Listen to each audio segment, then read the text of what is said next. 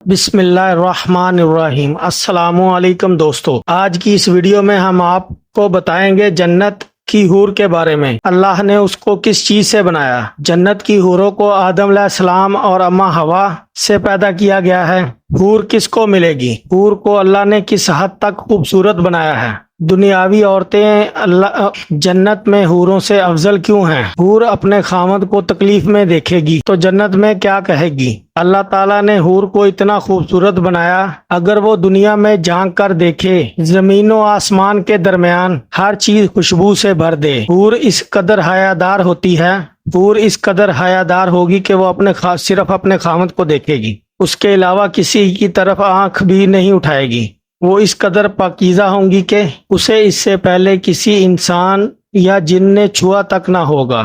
اس کی جوانی کبھی ختم نہ ہوگی، نہ اس کے کپڑے میلے ہوں گے۔ سورہ رحمان آیت 56 میں اللہ تعالیٰ فرماتا ہے، فیہن قاصرات فی لم یطفیہن انس قبلہم جان، جن کی نگاہیں اپنے خاوندوں کے علاوہ کسی پر نہیں پڑیں گی، ان کو اپنے خاوند کی سب سے زیادہ حسین اور اچھے معلوم ہوں گے۔ دنیا میں درجہ بدرجہ تخلیق ہوئی ہے، انسان ایک پروسیس سے گزرا ہے، لیکن حور کو اللہ نے کلمہ کل سے پیدا کی۔ جنت کی حور اتنی خوبصورت ہوں گی جس کا کوئی تصور بھی نہیں کر سکتا۔ کیا آپ جانتے ہیں ایمان والی عورتیں جنت کی حوروں سے 70,000 گنا خوبصورت ہوں گی، کیونکہ دنیا میں رہنے والی عورتیں دنیا میں اللہ کی عبادت کرتی ہیں، روزے رکھتی ہیں، حتیٰ کہ حوروں نے کبھی روزہ نہیں رکھا، نمازیں نہیں پڑھی، نہ ان کی کوئی خواہشات ہوتی ہیں۔ اصل ٹیسٹ تو دنیا میں رہ کر ہے۔ حور اس سیب کی طرح ان کے رخسار ہوں گے، موتیوں کی لڑی کی طرح ان کے چمکیلے دانت ہوں گے، ان کے چہرے کا حسن ایسا ہوگا کہ سورج ان کے گرد گردش کر رہا ہو۔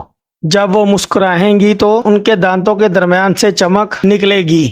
وہ حمل نفادت سے پاک ہوں گی، ہر قسم کے میل کچیل سے پاک ہوں گی۔ سورہ بقرہ آیت 25 میں اللہ تعالیٰ فرماتے ہیں، اے محمد صلی اللہ علیہ وآلہ وسلم، آپ خوشخبری دیں ان لوگوں کو جو ایمان لائے، انہوں نے نیک کام کیے، بے شک ان کے لیے ایسے باغات ہیں جن کے نیچے نہریں بہتی ہیں، جب انہیں ان کے پھل کھانے کو دیے جائیں گے یہ کہیں گے یہ تو وہی پھل ہیں جو ہمیں اس سے پہلے دیے گئے تھے۔ وہ پہلے پھل سے ملتا جلتا ہوگا۔ ان کے لیے اس جنت میں پاکیزہ بیویاں ہوں گی جن میں وہ ہمیشہ رہیں گے۔ حضرت جبا کیسی رحمت اللہ علیہ فرماتے ہیں کہ میں نے حضرت مالک ابن دینار سے سنا، جنت نعیم جنت الفردوس اور عدن کے درمیان واقع ہے، ان میں ایسی حوریں ہیں جو جنت کے گلاب سے پیدا کی گئی ہیں۔ تو پوچھا گیا، اس جنت نعیم جو خاص جنت ہے اس میں داخل کون ہوگا؟ وہ جو باز رہا،